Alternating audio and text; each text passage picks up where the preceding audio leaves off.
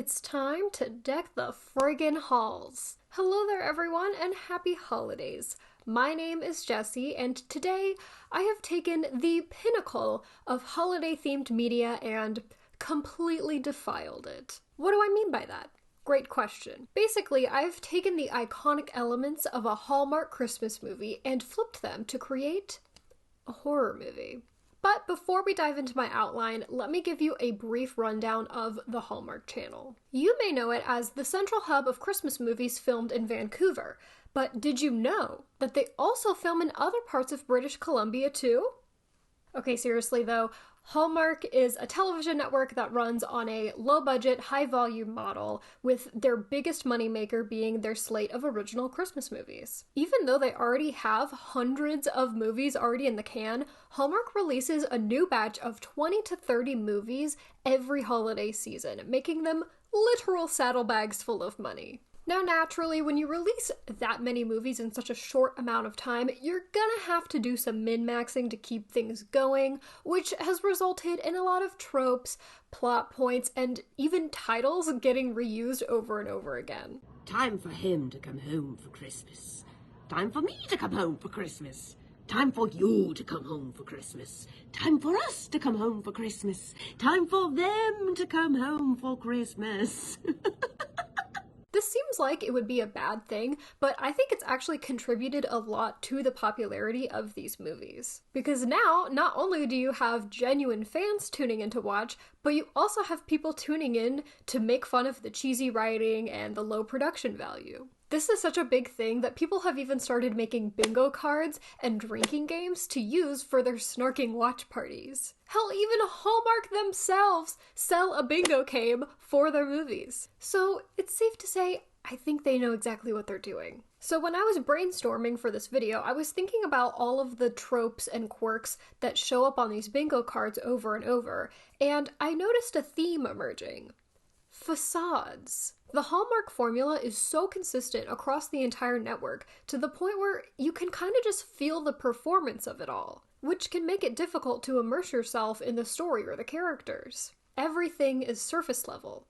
It's a facade. And so I thought, well, what's a facade without the thing that it's trying to hide? Which leads me to the horror movie. I'm calling it Eternal Christmas. It's the story of a humble journalist who is tasked with writing an article about a little town where it's Christmas all the time. But when she arrives, things aren't quite as jolly as they initially seemed. So let's get into it, shall we? Our main character is Rachel. She's a journalist at Insert Publication in Insert City. She's currently assigned to the entertainment and lifestyle section, but she has bigger aspirations of one day writing more hard-hitting stories like her friend and colleague, Danica. Danica is an investigative journalist who has been working on a string of missing person cases that have gone unsolved by law enforcement. She's working on a theory that all of these cases are connected because all of the victims are women who have similar profiles. Again, Rachel is super jealous of this because she's just been assigned a little fluff piece about a remote town that celebrates Christmas all year long. And she's in her apartment with Danica complaining about all of this while she packs. She's like, it's literally August, I don't want to go visit a cheesy Christmas tourist trap. And Danica's like, it's okay, you can call and vent to me the whole way through the trip. She also drops a bomb and tells Rachel that she overheard their boss saying that if Rachel did a good job on this article, that she would probably get a promotion. So that puts the fire under Rachel that she was needing, and she sets off for Christmas Town. Also, it's called Christmas Town because, of course it is. Now, she was told this place was remote, but it's like really remote. Like, she's been driving for hours on back roads with no civilization in sight. And as she gets closer to her destination, it actually starts snowing, which, again, it's August, which is super weird. And she continues on and it keeps snowing harder and harder, and eventually it turns into a full-blown blizzard. And Rachel is freaking out. She can barely see 2 feet in front of her, but then all of a sudden, just as quickly as the blizzard came, it subsides to a soft flurry, and she's in Christmastown. So she shakes that all off and heads straight for her accommodations, which turns out is going to be a lodge-style bed and breakfast. And there is where she meets Joy, who is the owner of the B&B, and she gets her checked in and all settled into her room. A room which turns out to be quite the feat of interior design, with Christmas decorations littering every square inch. And Rachel has to do a little bit of redecorating just to find a place to put her stuff, and she gets settled in before trying to make a phone call to Danica to give her an update, when she notices that there is no cell service. So she heads down to the lobby to ask about a landline when she trips over a rogue wire and falls straight into the arms of Gabriel, local handyman. And of course, instead of just apologizing and moving on, this LL Bean model looking man strikes up a conversation with Rachel about what she's doing and why she's here. And of course she tells him, and he offers to walk her over to town hall where there's a payphone. And on the way there, Gabriel gives us a little bit of backstory on the town. Basically that the year-round Christmas initiative was started as a way to increase tourism. And it's very popular with Instagram influencers who want to take their Christmas feed pictures early. But fear not, everyone in Christmastown does genuinely love Christmas. And the weather, yeah, that's just because they're like up in the mountains, obviously. Don't worry about it. When Rachel and Gabriel arrive at City Hall, they end up running into his sister, Noelle, and her daughter, Holly. As it happens, Noelle is in charge of the monthly Christmas ball, and she is hard at work. But being the hospitable woman that she is, Noelle invites Rachel over to dinner that night so that she can interview them about what it's like to live in Christmastown. And Rachel really wants that promotion, so she says yes. After all that, Rachel is finally able to make her phone call to Danica. She tells her all about the weird snowstorm and the excessive decorations and the overly friendly residents. She also tells Danica that she has no cell service and she will not be reachable for the duration of her stay at Christmastown. And Danica just says, "That's fine, I will keep my phone handy, ready for you to call me." On the way back to her B&B, Rachel finally gets a good look at the town, and it is exactly what Hallmark ordered. Kids are building snowmen, carolers are singing, chestnuts are roasting over an open fire, the whole 9 yards. And with a little time to kill before dinner, Rachel starts writing notes for her article, and to be honest, she's not overly impressed. She notes that the locals are very nice, and the vibes are certainly Christmassy, but overall, it kind of just seems like any normal small town in North America. But anywho, dinner time rolls around, and Rachel is actually having a really great time talking to Gabriel and Noelle and Holly. They're discussing Christmas and journalism and really just those two things, because in Hallmark movies, you only are allowed one personality trait. And again, Noelle brings up the Christmas ball and actually suggests that Rachel should shadow her so that she can get some good content for her article. And again, Rachel agrees. She really wants to do a good job on this piece so that she can get her promotion. And here is where I introduce what I'm calling the hot chocolate through line. You see, watching Hallmark, you would think that hot chocolate is literally the elixir of life. So of course I had to include it. Noelle is serving it with dessert, and she explains that everyone in town uses Joy, the B&B owner's special recipe. So from this point on, you can pretty much assume that someone is drinking hot chocolate in frame at all times. Alright, so dinner time is over, and of course we all know what happens after dinner time. That's right, break into Act 2. Gabriel so kindly walks Rachel back to the B&B, and he initiates tragic backstory time. Alert! Alert! It's tragic backstory time! Apparently, Holly's father died before she was even born, and ever since then, Gabriel has been helping Noelle raise her. He doesn't really go into many more details than that, but all you need to know is he's the type of guy who puts others before himself. Anyways, the two part ways, and Rachel goes to her room to get ready for bed when she hears a strange noise coming from downstairs. And you know what they say, behave for the job you want, not the job you have.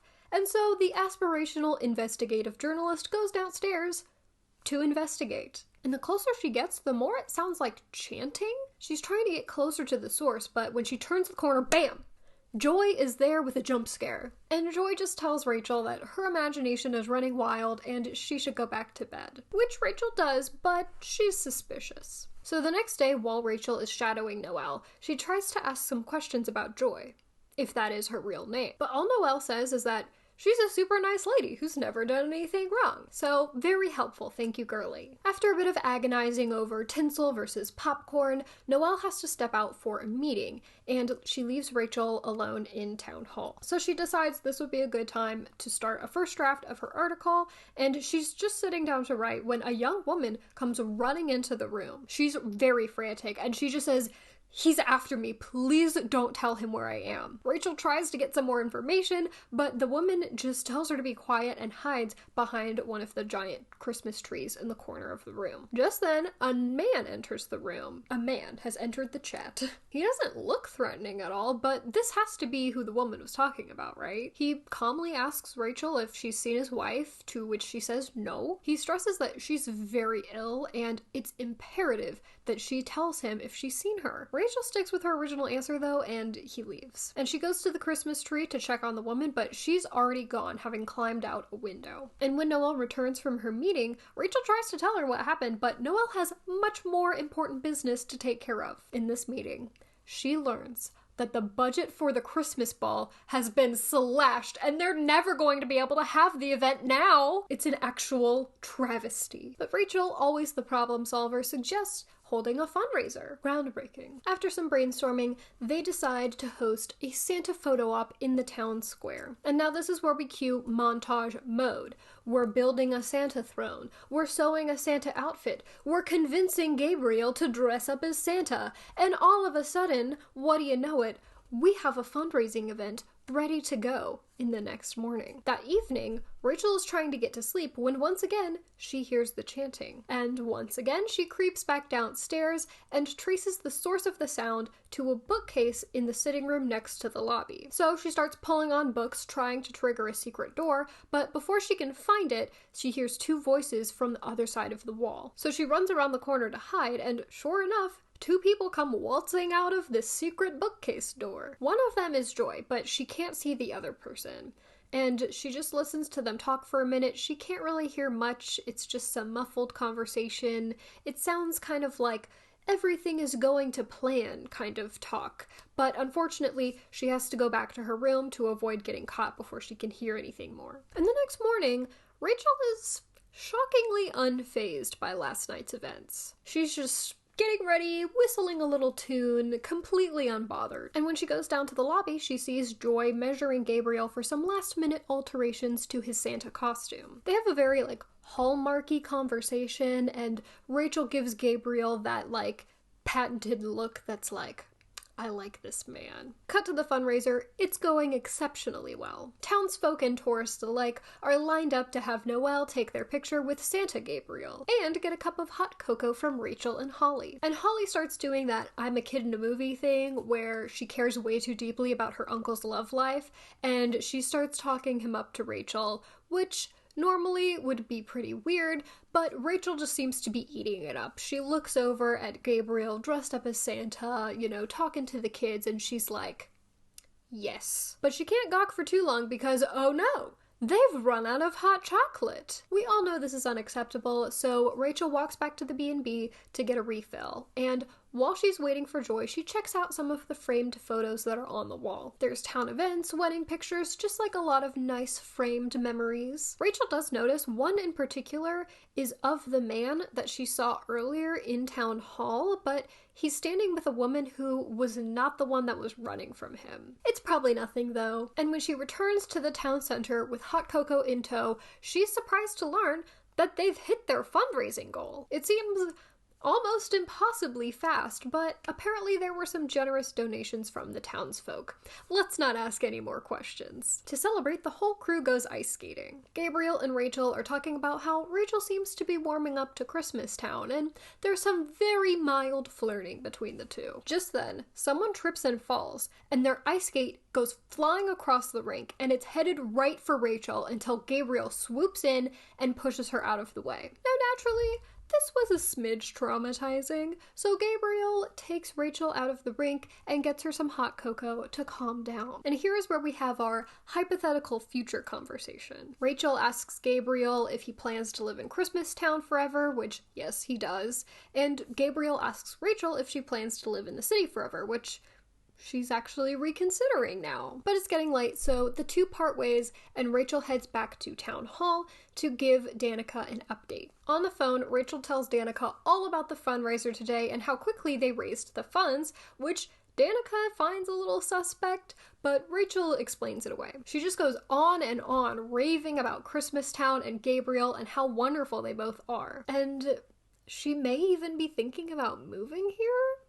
Danica is understandably concerned with this drastic personality change she's witnessed, and she tries to reason with Rachel, who does not at all see where Danica is coming from. After hanging up the phone, Danica is still quite concerned about her friend, and so she decides to do a little online research about this so-called Christmastown. Back to Rachel, she's going back to the B&B, and the sun has fully set over the course of that conversation. Things are looking a bit spookier than in the daytime, and Rachel's feeling kind of paranoid. I'm picturing like a Christmas version of that forest scene in Snow White, you know what I'm talking about? Rachel's picking up her pace as she walks by a row of snowmen who may or may not have just turned their heads to look at her. Okay, it's time to run. As she gets closer to the B&B, she is full on sprinting at this point, and she turns to check her 6 and runs right into Gabriel. What's he doing there? Don't worry about it. She just frantically tells him that something is chasing her, and he quickly ushers her inside and into her room. After calming down for a minute, Gabriel convinces Rachel that what she saw is just all in her head, and she's just disoriented from traveling and whatnot. But wouldn't you know it, Rachel still doesn't feel comfortable sleeping in a room by herself. And Gabriel, being the gentleman that he is, offers to sleep on the little couch in her room. Going back to Danica for a minute, she is hours deep into her research at this point. Initially, all she was finding was a bunch of social media posts from tourists, but she managed to find Gabriel's full name, Gabriel Sharp. Now that name didn't lead her anywhere, but she did find evidence of a Jeffrey Sharp living in Dayville. What is Dayville, you may ask? Great question. Well, it turns out that it's a small town that was unincorporated a long time ago, and it's suspiciously close to the coordinates of Christmastown. In fact, it's like exactly where Christmastown is. And she finds a ton of old archived newspaper articles from Dayville, but she finds one that piques her interest. Local teen dies under mysterious circumstances. Law enforcement stumped. It appears that Jeffrey Sharp and his sister Natalie Sharp, who was pregnant at the time, were involved in some sort of explosion in the woods outside of Dayville, which resulted in the death of Noelle's then boyfriend and the father of her child. Danica has just hit the jackpot, and she wants to call Rachel right away and tell her what she found, but remembers that Rachel has no service, so she just hangs back and paces the room waiting for Rachel to call. Meanwhile, back at the B&B, Rachel is trying to sleep, but that darned chanting starts up again. She points it out to Gabriel, who doesn't hear anything, but he gets up to investigate just to ease her mind. Now, Rachel gets up and listens at the top of the stairs, and she hears like some muffled talking, some shuffling around, and then she hears a hammer hitting wood. When Gabriel comes back, he just says that the noise was a loose window shutter and everything's fine now. And he also brought her a fresh cup of hot cocoa to help her get back to sleep. And in the morning, Rachel wakes up to find Gabriel lacing up his boots and getting ready to quietly sneak out. She bids him a good morning and he rushes over to check on her. And wouldn't you know it, she's feeling much better this morning. All it took was a good night's sleep to clear her head. Now, Gabriel has one more very important question to ask her before he leaves, and that question is, will you go to the Christmas ball with me? Of course, she'd be honored. And the Christmas ball is actually today, so it's time to get moving. So Rachel meets up with Noelle at Town Hall to help her with some last-minute touches, and she informs Noelle that she will be attending the Christmas ball with Gabriel. Noelle is thrilled by this information, and she immediately drops everything and takes Rachel back to her house to try on dresses. You know, considering they have a monthly Christmas ball, she has a lot of extra dresses to loan out. And during this try-on session, Noelle goes on and on about how she's never seen Gabriel so happy and blah blah blah, as if Rachel were like trying on wedding dresses. But this doesn't come across as weird to Rachel at all. She actually finds it super moving. And when they're done, she goes and calls Danica to gush all about Gabriel and how she thinks he's gonna propose soon. Danica's understandably like,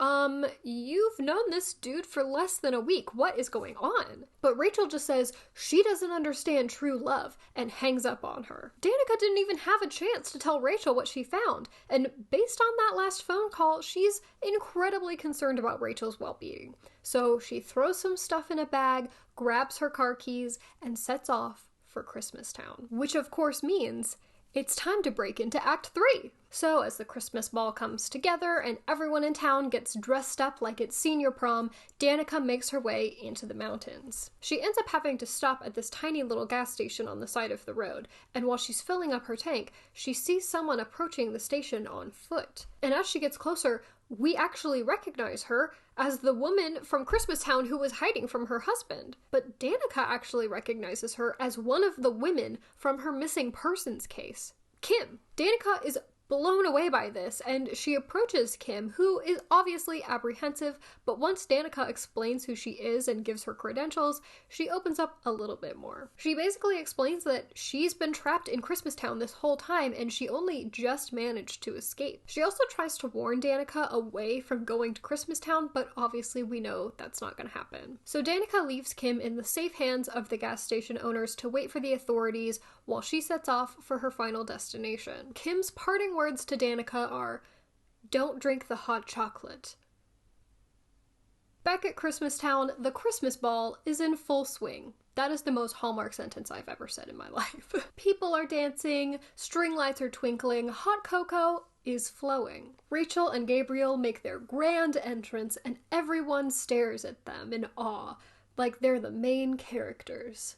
Because they are. But weirdly enough, Rachel notices the staring and comments on it, and Gabriel just says, "Oh, everyone must be taken by your beauty," and he invites her to dance. And finally, one mysterious magical blizzard later, Danica has arrived. Her first stop is the bed and breakfast, which is completely empty, giving her a good chance to snoop around. And this next sequence is intercut with Gabriel and Rachel dancing, to build up that sweet, sweet tension. So Danica does a sweep of the lobby, and she notices there's some dirt on the floor leading straight into a bookcase that's against a wall. All she has to do is pull on a few books before, voila, a secret passageway opens up leading to the basement. Danica is preparing to find some really fucked up shit in the basement, but when she walks down there, all she sees is a normal looking basement with storage boxes and stuff. But when she takes a closer look, she does see a bunch of spell books and occult stuff in the mix, which is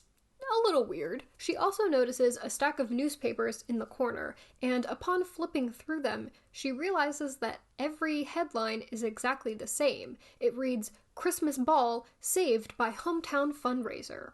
And the picture every time is of a man and a woman standing in front of a Christmas tree. But this isn't just multiple copies of the same newspaper. The date is different on every single one, and the people in the photos varies. Although the same men keep coming up over and over again, almost like they're in a rotation. And one of those men is Gabriel. Not only that, but Danica recognizes the women in these pictures as more women from her missing persons cases. So it seems like the entire town is essentially performing a Hallmark movie for outsiders? But why?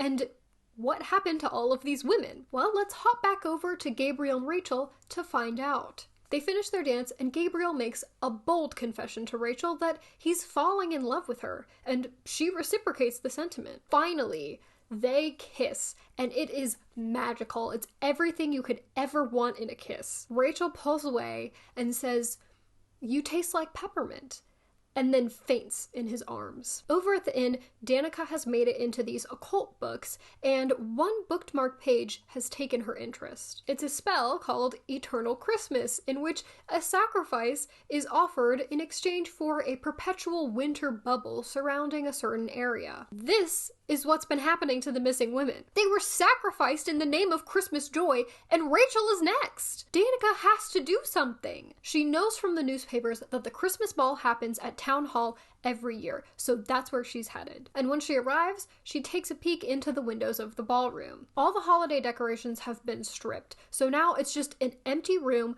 with Rachel lying unconscious in the middle, surrounded by Gabriel, Noelle, and Joy. Danica decides to go around the back to find a discreet way into the building. Inside, Gabriel is expressing a little bit of hesitation. He's worried that because Rachel is a journalist, her disappearance is going to raise too many questions. But Joy just says it's too late to worry about that now, and her last phone call home was sufficient enough to make people believe that she just ran away. The two get into a little bit of a tiff, Gabriel wanting to exercise more caution and Joy wanting to charge forward with the spell. Just as they reach the height of their arguing, Danica has made it inside and she finds the fire alarm. So she pulls the lever, triggering the sprinkler system and dousing everyone with cold water. This and the general commotion wakes Rachel up out of her drug-induced sleep, and she tries to orient herself. She spots Danica at the entrance of the ballroom and makes a break for her, but she's still too disoriented, and Gabriel quickly catches up with her and holds her captive. Noelle goes to disable the sprinklers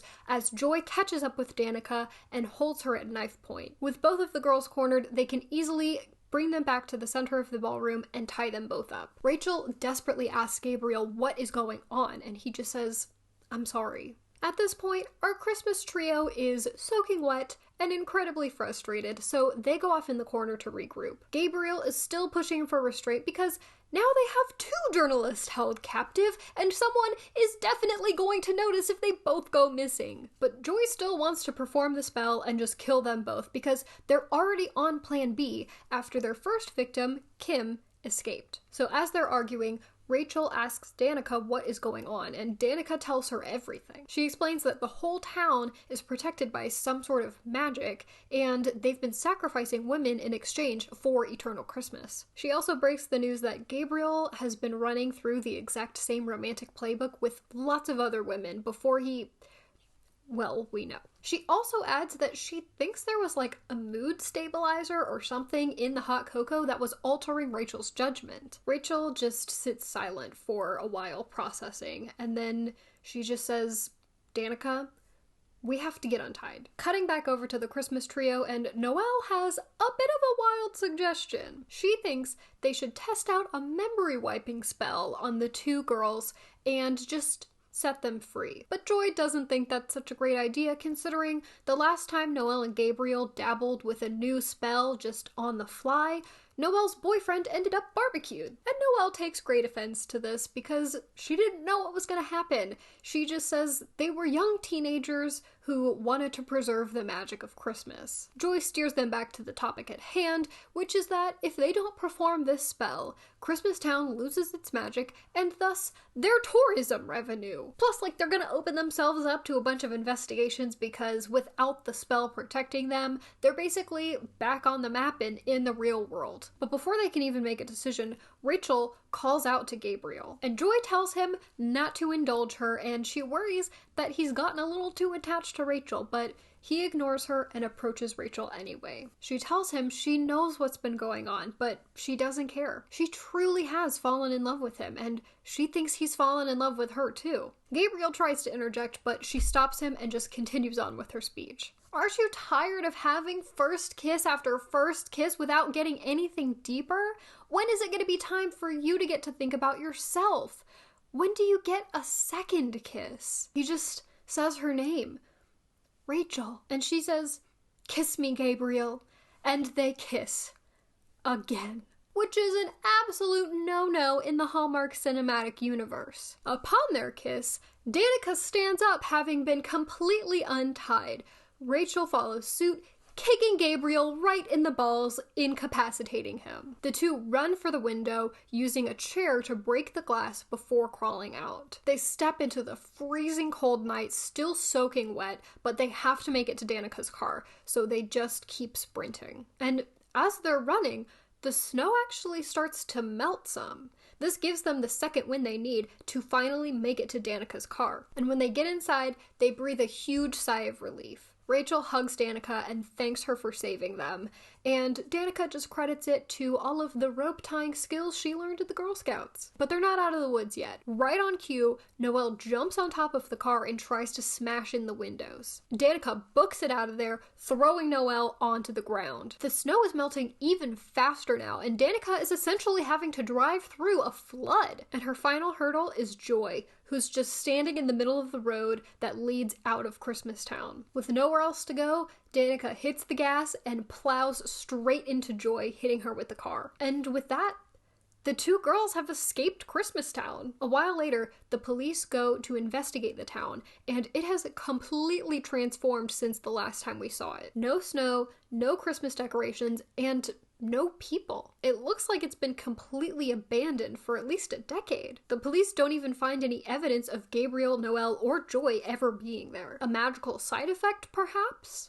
Who's to say? One final check-in with Rachel and Danica shows that they have co-written a book about their experience in Christmastown, and it's been picked up by a major publisher. And they've both taken a bit of a break from investigative journalism after their harrowing experience. And that, my friends, is the plot of Eternal Christmas. I really hope you enjoyed it because I had a ton of fun writing this. Be sure to leave me a like if you liked this video, and leave me a comment down below what comes to your mind when you think of Hallmark horror movie. I would love to hear. And if you like this kind of content, go ahead and subscribe. I post videos sometimes. Thank you so much for watching. I truly, truly appreciate it. And I will see you all in the next one. Have a very safe and happy holiday season.